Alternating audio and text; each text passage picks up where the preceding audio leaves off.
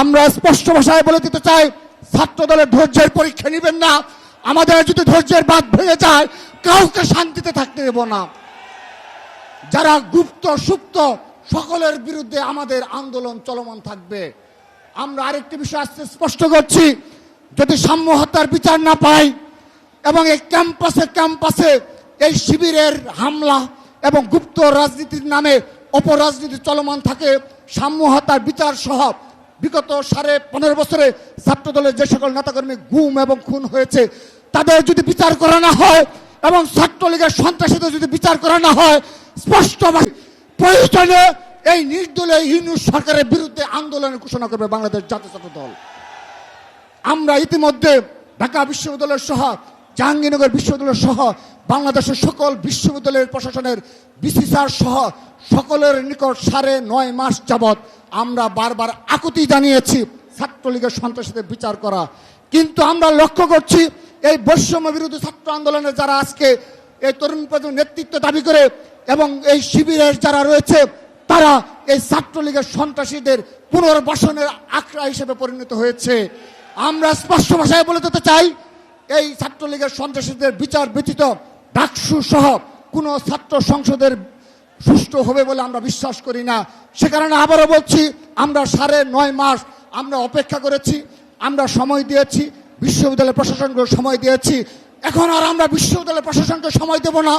আমরা সরাসরি নির্দলীয় সরকারের ইউনূস সাহেবের সরকার যারা দায়িত্ব রয়েছে সেই সরকারের বিরুদ্ধে আমরা আন্দোলন ঘোষণা করব।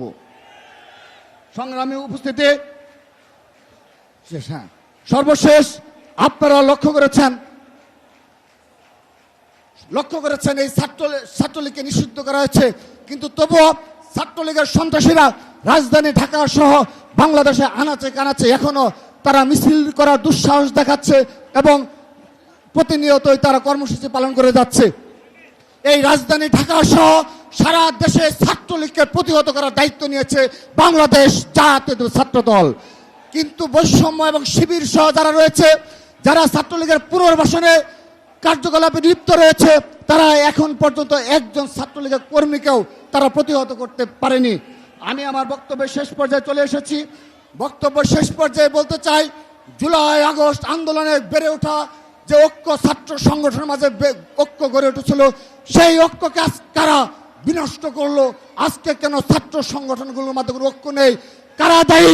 সেজন্য ছাত্র সমাজের উপর আমরা তাদের বিবেকের উপর দিয়ে দিলাম যে তারা বিচার করবে আজকের এই ঐক্য বিনষ্ট কারা দায়ী। কিন্তু স্পষ্ট ভাষায় বলতে চাই, এই জুলাই আগস্টকে ক্রেডিট নিয়ে যারা উপদেষ্টা পদে আসীন হয়েছে, সেই একজন উপদেষ্টার এপিএস ইতিমধ্যে 1000 কোটি টাকার দুর্নীতি প্রমাণিত হয়েছে। আমরা স্পষ্ট ভাষায় বলে দিতে চাই, জুলাই আগস্ট গণ অভ্যুত্থানকে কলঙ্কিত করার জন্য শুধুমাত্র এপিএস নয়, সেই উপদেষ্টার পদত্যাগ দাবি করছি। যদি আমাদের এই ধৈর্য সহনশীলভাবে বক্তব্যে যদি আপনারা কর্ণপাত না করেন, যে ভাষায় কথা বলতে হবে ছাত্রদল সেই ভাষায় ঢাকার রাজপথে কথা বলবে। সবাইকে আগামীতে আবারও সকল ষড়যন্ত্র মোকাবেলা করে বাংলাদেশের গণতন্ত্র পুনরুদ্ধারের জন্য আমি বাংলাদেশ জাতীয় ছাত্র দলের সকল পর্যায়ের নেতা কর্মীদের এক এবং ঐক্যবদ্ধ থাকার এবং শারীরিক ও মানসিক প্রস্তুতি রাখার আহ্বান জানিয়ে বিদায় নিচ্ছি। এবং যাওয়ার আগে ছাত্র দলের একজন স্লোগান দিয়ে আমি আমার বক্তব্য শেষ করব। আপনারা সবাই ছাত্র দলের স্লোগানে স্মরণ করে দিবেন শহীদ ওয়াসিম শহীদ মুগ্ধাকে।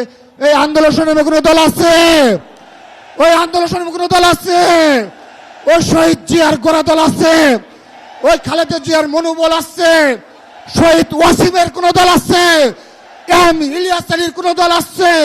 ওই সাম্য ভাইয়ের কোনো দল আছে? ওই পারভেজ ভাইয়ের কোনো দল আছে? ওই বলো তো সেই দল আন্দোলনে সংগ্রামে রাজপথে লড়াই করে রক্ত দেয়, গুম হয়, ক্যাম্পাসের সেরা দল খুনি হাসিনার ভয়ের দল। আমরা শক্তি, আমরা বল, জিয়ার সৈনিক। বাংলাদেশ জিন্দাবাদ, বাংলাদেশ জাতীয়তাবাদী ছাত্র দল জিন্দাবাদ। শহীদ রাষ্ট্রপতি বীরুত্তম অমর হোক, মা মাটি ও মানুষের নেত্রী আপোষণীয় দেশের নেত্রী বেগম খালেদা জিয়া জিন্দাবাদ। বাংলাদেশের অহংকার ছাত্র দলের সাংগঠনিক অভিভাবক জনাব তারেক রহমান জিন্দাবাদ জিন্দাবাদ। সবাইকে ধন্যবাদ। ছাত্র দলকে সুশৃঙ্খলভাবে শেষ মুহূর্তের মতো কর্মসূচি পালন করার আহ্বান জানিয়ে বিদায় নিচ্ছি। আল্লাহ হাফেজ। প্রিয় সমাবেশ, ছাত্র দলের সভাপতি বক্তব্য দিয়েছেন ছাত্র দলের ভাইয়েরা।